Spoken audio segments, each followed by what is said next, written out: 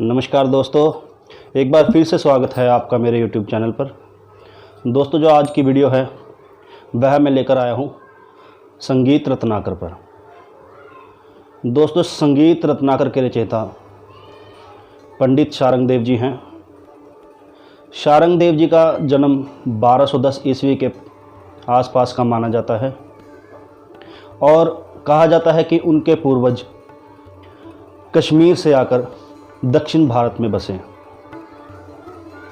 शारंगदेव जी के दादाजी भास्कर और उनके पिताजी पंडित शोडल जी थे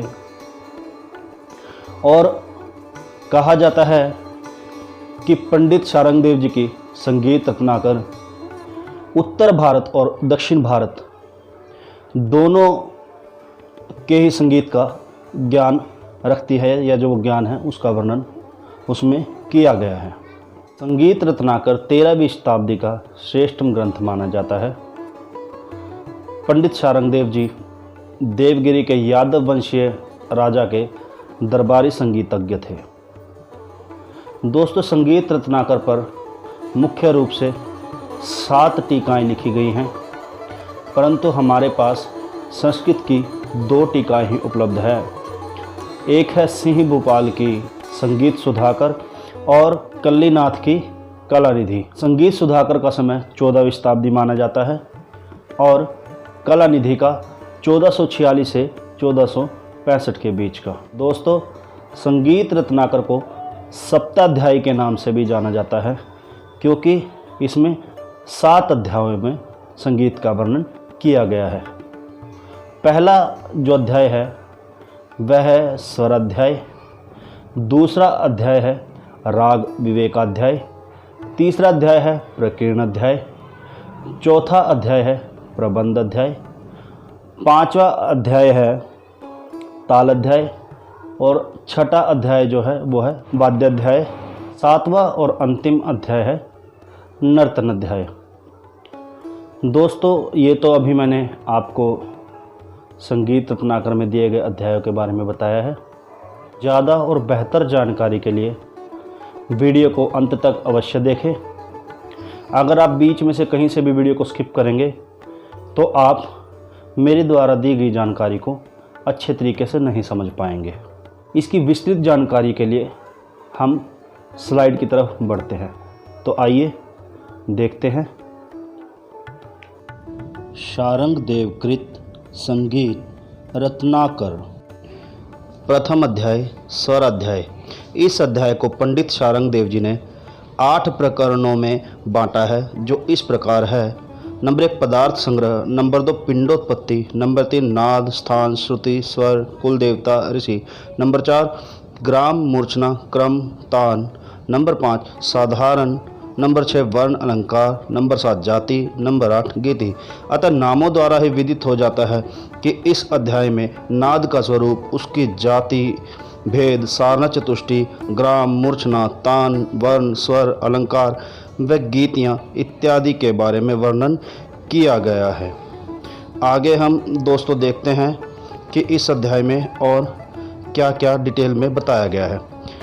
शारंगदेव जी ने इस अध्याय में 22 श्रुति, 7 शुद्ध तथा 12 विकृत स्वर, कुल 19 स्वर, 3 ग्राम, षड्ज मध्यम गांधार, 21 मूर्छना, 84 तान, 4 वर्ण स्थायी, आरोही, अवरोही, संचारी, 1 मूर्छना से 63 अलंकार तथा 5 गीतियाँ शुद्धा, भिन्ना, गौड़ी, वेसरा, साधारणी इत्यादि का उल्लेख किया है। शारंगदेव जी ने 5 गीतियों से 30 ग्राम राग माने हैं, जो इस प्रकार है। शुद्धा से 7, भिन्ना से 5, गौड़ी से 3, वेसरा से 8, साधारणी से 7। इसके साथ ही जाति के 13 लक्षण बताए हैं। शारंगदेव जी ने सारना चतुष्टयी श्रुति वीणा पर की, जिसमें उन्होंने 22 तारों का प्रयोग किया, जबकि भरत ने साधारण वीणा पर सारना पूर्ण की। दूसरा अध्याय राग विवेकाध्याय। इस अध्याय में शारंगदेव जी ने सभी ग्राम रागों को 10 भागों में विभाजित किया है, जो 10 विधि राग वर्गीकरण के नाम से प्रसिद्ध है, जो इस प्रकार है। नंबर 1 राग, नंबर 2 ग्राम राग, नंबर 3 उपराग, 4 भाषा, 5 विभाषा, 6 अंतर्भाषा, 7 रागांग, 8 भाषांग, 9 उपांग, 10 क्रियांग।